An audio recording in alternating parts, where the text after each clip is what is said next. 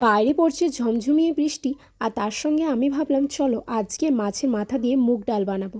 তো প্রথমে কড়াই গরম করে মুগ ডালটা আর তার সাথে দিয়ে দেবো একটা তেজপাতা, দিয়ে ভালোভাবে ভেজে নেব মুগ ডালটাকে। অন্যদিকে আমি মশলাটা করে নেব আদা রসুন কাঁচা লঙ্কা বাটা, পেঁয়াজটাকেও ছোটো ছোটোভাবে কেটে নেবো। তারপর কড়াইটাকে ধুয়ে নেবো জলে, তারপর প্রেশার কুকারের মধ্যে কড়াইটা জল দিয়ে সেদ্ধ হতে দিয়ে দেবো। আজ আমি নিয়েছি দুটো রুই মাছের মাথা, তাই সেই মাথা দুটোকে হলুদ আর নুন দিয়ে ভালোভাবে মাখিয়ে রেখেছি। এবার কড়াইয়ে তেল গরম করে ভালোভাবে মাছের মুড়ো দুটোকে ভেজে নেব। তারপর একইভাবে কড়াইয়ে তেল গরম করে মাছের মাথাগুলোকে আরেকবার ভেজে নিয়ে ভালোভাবে ভেঙে নেব খুন্তার সাহায্যে। তারপর ওই মাছ ভাজা তেলেই গোটা জিরে শুকনো লঙ্কা দুটো দিয়ে ভালোভাবে নেড়ে নেব, আদা রসুন বাটা পেঁয়াজ কুচোনো এই সমস্ত দিয়ে ভালোভাবে হালকা হাতে খুন্তি দিয়ে নাড়িয়ে নিতে হবে।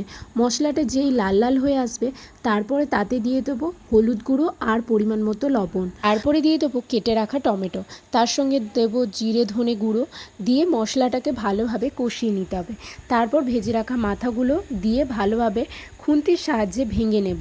যেইভাবে আমি ভিডিওতে দেখাচ্ছি সেইভাবে মাথাগুলোকে ভেঙে নেওয়ার পর ভালোভাবে নাড়িয়ে নিতে হবে কিছুক্ষণ। তারপর সেদ্ধ করে রাখা মুগ ডালটা দিয়ে ভালোভাবে একটুকু নাড়াচাড়া করে নেব যাতে হলুদটা ভালোভাবে মিশে যায় ডালের সাথে। তারপরে দিয়ে দেবো পরিমাণ মতো লবণ, কারণ এবার দেবো জল, যেহেতু জলটা দেওয়ার পর সেদ্ধ হতে দেবো তাই লবণটা আমাদেরকে নিজেদের স্বাদ মতো পরিমাণ মতো আমরা লবণটা দিয়ে দেবো। তারপর ফুটতে দেবো বেশ 10 মিনিট ফুটে যাওয়ার পর ডালটা, তারপরে দিয়ে দেবো গরম মশলা দিলে ডালের স্বাদটাও যেমন বাড়ে সেরকম সুগন্ধটাও, তার সাথে দিয়ে দেবো ঘি।